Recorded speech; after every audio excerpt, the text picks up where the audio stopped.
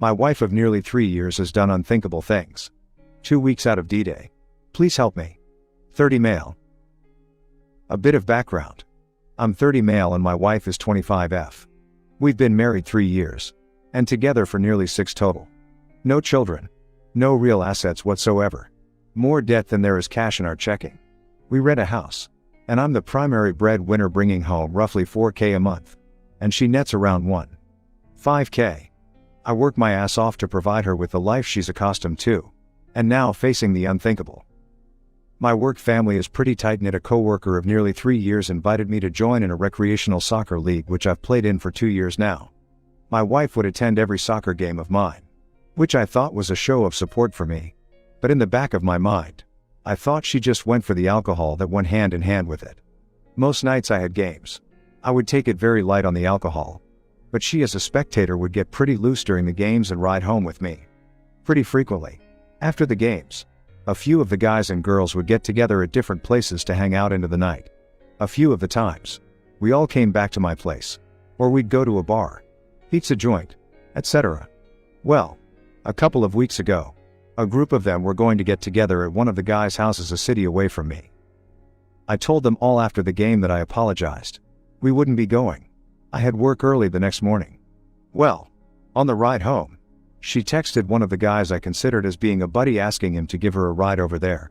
She asked me if it was okay for her to go while I was driving home. And I said no. I have work in the morning. And I want to be with you tonight. She gave me the angry alcoholic silent treatment. And upon arriving home, I pulled in the drive. And a car pulled up in front of the house. It was my buddy. She had made the executive decision to go to this party. And I was pissed. I went to my buddy's car and told him I'm not okay with this. And to leave. But then my wife got out of my car and into his. They drove away. In my rage, I plugged in the dead iPad I had bought for her some years earlier. It was old. But I knew it was connected to her messaging/social media accounts. I saw exactly where she was. And tried staying up until I finally fell asleep that night around 3 a.m. And she still wasn't home. When I woke the next morning, she was in our bed. I didn't know when she had came home. I got up, got ready for work, and left that morning without waking her, or kissing her goodbye, the first and only time that it ever happened. I wanted her to know I was pissed. Well, before I left for work, I grabbed the iPad and threw it in my briefcase. I got to work that day, and after a meeting and a few phone calls, I pull out the iPad, and see it light up with a notification from a messaging app. Buddy is typing. I open the app, and see a horrific exchange of messages that are supposed to self-destruct. But this app version must have been outdated, as I was able to witness in real time their conversation, recanting the night before, where Buddy is making references to them making love, and other guys that had fun last night. I damn near lost it. But then it got worse. I watch as my wife instructs Buddy to send her a video of him masturbating, which he obliged to do and I unfortunately witnessed. I ran out of my office and into the bathroom and vomited profusely. I was shaking from what I just witnessed, and got permission to leave work for the day. After taking several hours to chill the hell out, I was legitimately afraid I was going to hurt someone or myself. I drive home and find her still sleeping on the bed. I put my stuff down and asked her to come downstairs. I sat across from her, and asked her to tell me in detail everything that happened last night. Which she did, but omitted any sort of sexual situations. Just drinking, playing pool, and talking. That was it. I then asked her when she spoke with Buddy last. She said she had messaged him back and forth a bit that morning, but nothing in particular. Then I dropped the bomb. Would your story change if you knew I watched the entire conversation you had with him this morning? She blew up into tears, and first thing out of her mouth was, "Are you leaving me?" She came clean and told me that she couldn't really remember that clearly, but she had sex with Buddy and another teammate last night, and that's all she could remember. It may have been with more guys, but she couldn't remember. I was disgusted. I asked her if this was the first time, and surprisingly she told me that there had been other times. One time was even in my house while I was sleeping upstairs. That was it. I was so numb to it all. I helped her pack a bag, and she left the house to go stay with family, and she pleaded for me not to tell anyone. I was alone in my horror story, and am now 2 weeks out from D-Day with no idea of what to do. I really hope I don't take the cake for worst D-Day experience. But it's hard to think of anything worse than catching your wife in a gangbang scenario with guys you've welcomed into your lives. And to find out that this has been going on for months with at least one of the guys. Now she wants to blame it all on alcohol and swears she's going to start AA. And wants to now go through couples therapy. She wants us to come out of this together. I think it's a little too late. But I'm a chump and I feel the full range of pit emotions including guilt. I don't know why. I have a meeting with an attorney tomorrow. I like to think I'm making the right move no matter how broken she is over being an alcoholic and really wanting to work this out. I can't even talk to her without imaging her being the lunch meat in a douche sandwich. I can't trust her. I'm disgusted by her actions repeated. I deserve a heck of a lot better than that. And I'm not perfect. But why in the hell do I feel so guilty? There's no reconciling this, right? I'm not the bad guy, am I? Any support/words of wisdom are very much appreciated. I feel like an idiot writing this all out and seeing it so clearly. But it's not easy to just stop caring about the person you were completely and fully blindsided by. Please take it easy on me. Update. I truly appreciate all of the advice, concern, and positivity that you all have sent my way. I realize that it's been almost a month since I posted about my experience, and I've had many people reach out to me kindly checking in and wanting to know how I'm doing. Unfortunately, this situation has gone from horrific to unbelievably evil. There isn't a word I can think of that does it justice. I apologize in advance for what I know is going to be a long update post, but it's the only way to get the full picture of how truly destroyed I feel. Days after the initial post, I took your guys' advice and made a few appointments with attorneys, and one with a legal document preparation lady to keep my options open. My wife had no knowledge of those meetings, FYI. We went a few days after the post with no contact directly, but she was adamant that this time she really was going to make an effort to get us in to see a marriage therapist, which I had been insisting upon for months before my D-Day, so we can try to see if there was any way of working through this. But I knew in my heart what my choice would inevitably be. She did succeed in getting us onto a therapist's schedule, but it was going to be about a week and a half until we could get in.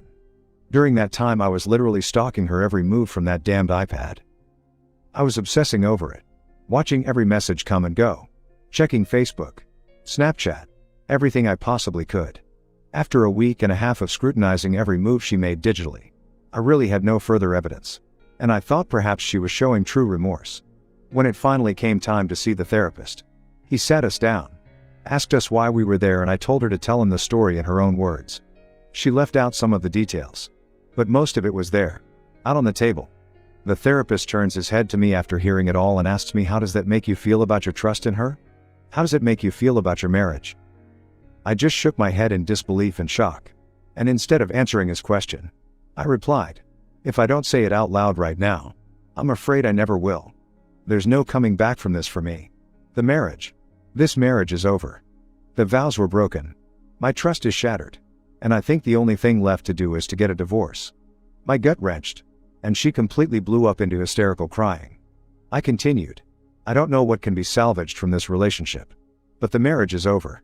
I meant what I said on the altar, and I'm not being true to myself if I don't recognize this as being broken, unfixable. At that point, I felt a slight sense of relief, having stated it out loud, in front of her, and a neutral party, that I was done. The remainder of the therapist appointment was spent on him explaining to her why my feelings and my decision were completely rational given the situation, and calming her down. It actually couldn't have gone better in my opinion. He insisted upon seeing us not as a couple, but separately, to see if he could help us as individuals first, and maybe on the horizon, perhaps years from now, bring us together for discussion of reconciliation.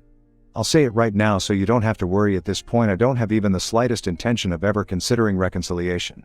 But at least in the meantime, the individual therapy might actually do me some good. Now, before I continue, I knew at this point I was about to embark upon a legal journey, which if not amicable, could be disgustingly ugly, and financially devastating to me, the breadwinner in a no-fault state. I've written all of this legal process out, but I'm omitting until things are locked in. Too risky to post online at the moment. The overarching point of the legal process is that I have to keep things amicable right now. Let's fast forward roughly a week and a half. By now, we've both had at least one individual therapy session each, and her narrative to her entire family is that we're ending the marriage because of the breaking of vows. But we're both trying to heal ourselves right now. She's still staying with family, and I continue my obsession with constantly searching her digital presence for any sign that she was continuing her disgusting habits, as many of you had suggested she would. Not saying it's your fault. I would have been searching anyway. It wasn't until one night last week that I realized there was a place I hadn't ever checked the App Store. I went to the app download history of the iCloud account, and saw that almost 2 weeks prior to that evening, she had downloaded a secret texting app onto her phone. My gut wrenched. I realized in one foul swoop that this entire time, she's gone out of her way to hide some sort of messaging from me. Knowing I had her iPad, which she insisted upon me keeping so I can begin to trust her again, but I really think to this day that she didn't realize that an app downloaded on one iCloud device can be seen in the history from any iCloud connected device. I needed to know what the communications were within that app. I wasn't even in control of my body thinking back to those moments. I downloaded the app onto her iPad, tried a few of her most common login combos, and voila, the truth. She not only had been messaging Buddy on this app since after our first therapy appointment together, but they had been continuing to have sex with one another, during times in which she knew I'd be out of the area. I puked. I cried. It was 3 a.m. on a weeknight. I went into the restroom and started grabbing all the prescription strength medications I could find. I went back into my room, with an overflowing handful of assorted pills that without a doubt would have been effective in ending my life. I sat on the edge of my bed, sobbing, ready to end it. I picked up my phone, and tried to call my mom. No answer. My dad. No answer. My sister. She answered. I told her what I had just discovered, through violent outbursts of tears, and she could tell I was on the verge of losing it. She didn't know I had the pills in my hand, but she did insist keeping me on the phone, albeit in the middle of the night, until I had calmed down. It took about an hour, but I was finally numb again, and after hanging up the phone, I went back into the bathroom and poured the pills back into one of the bottles, washed my hands, then returned to bed to try to get at least a couple of hours of sleep that never came. As hours passed, I realized that I needed to go to work. I couldn't stand to be in that house, or that moment any longer. As I got dressed, I threw the bottle of pills into my briefcase along with the iPad, both of which, upon arrival to my office, I promptly gave to my most trusted coworker and asked him to lock up in his desk and not return them to me no matter what. No questions asked. He obliged, and gave me an understanding pat on the shoulder as I walked away. So now I've done it. I got what I was asking for, what I had been searching for, undeniable proof that not only is my wife a cheater, but she's also a cold-blooded liar. I struggled for days on end, trying to decide what to do with the information I had discovered. On one hand, I wanted so badly to call her out to every possible family member, friend, or acquaintance and let the whole world know what she truly is, what she had done and was continuing to do. But I couldn't. I already have the process underway for ending the marriage, but there's still a time window where she could choose to get nasty and costly. As days went by, and more texts, calls, and attempts to communicate with me went unanswered, she finally went out of her way to stop by and check on me. I about lost my shit. During the encounter, I was purposefully very vague and seemingly indifferent to her. I didn't know exactly what to do. It wasn't until she lost her temper and started yelling at me for acting weird that I gave her a chance and asked her point blank, "Have you had any contact with Buddy whatsoever since that night?" Her response? "No. I blocked him on everything." I asked again, "Are you sure about that?" She adamantly proclaimed that she hadn't, and that he was gross and she would never do that to me. She could never do that to me. Then I dropped the bomb. "So what about this app? And what about this video I took on my phone of that app, showing the conversations you two have been having this whole time? The pictures you've sent one another? The plans you've made to sneak around based on my daily schedule?" She collapsed onto the ground, sobbing, crying, begging me for what I don't know. I kept my tone indifferent. "So here's what's going to happen. I'm not going to tell anyone about this. And in exchange, you're not going to fight me at all about anything in the divorce process. I'm going to be fair, even though I shouldn't have to be. But you're going to be served with the divorce papers, and then do nothing with them. Otherwise people will have to know about this situation and why it is that I'm being so unreasonable. Your choice." She left, and 2 days later, she was served. Since that day, I've kept my word, and haven't told anyone outside of my immediate family members. But I know for a fact, find my iPhone, she has visited him every single night since then, at the house where he lives with his mother. Her family thinks she's going to Alcoholics Anonymous meetings every single night, but my screenshots of her location during the meetings prove otherwise.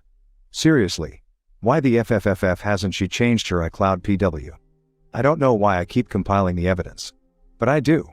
I struggle right now with the anxiety of waiting for this period of time to pass until her right to fight me in court has passed. All the while, knowing her family thinks she's on the right path when that couldn't be further from the truth. In fact, she's lying to every single one of them. What hurts me the most right now is the injustice of it all. She gets to be around people her family and act like everything is on the up and up every day, and run off each night to have sex with him, then sneak home in the middle of the night to keep up appearances. All the while, I go to work each day, head home to an empty, mentally haunting house, and experience how it truly feels to be alone in every sense of the word. I'm past the feelings of ever considering self-harm. But these are dark days nonetheless. I'm taking everything hour by hour, day by day, until the day comes that I have the reassurance of knowing I'll make it out of this hell without my finances being destroyed, and officially able to completely leave her in the dust. What I'll do from there, I truly do not yet know. I'm just trying to survive until that moment comes. Thank you all for reading, and for your concern, advice, wisdom, and the courage you've given me. My one outlet in a time of nothing but feeling completely shut out by the world. I may not know a single thing about you, but I trust you more than I trust my wife without a shadow of a doubt.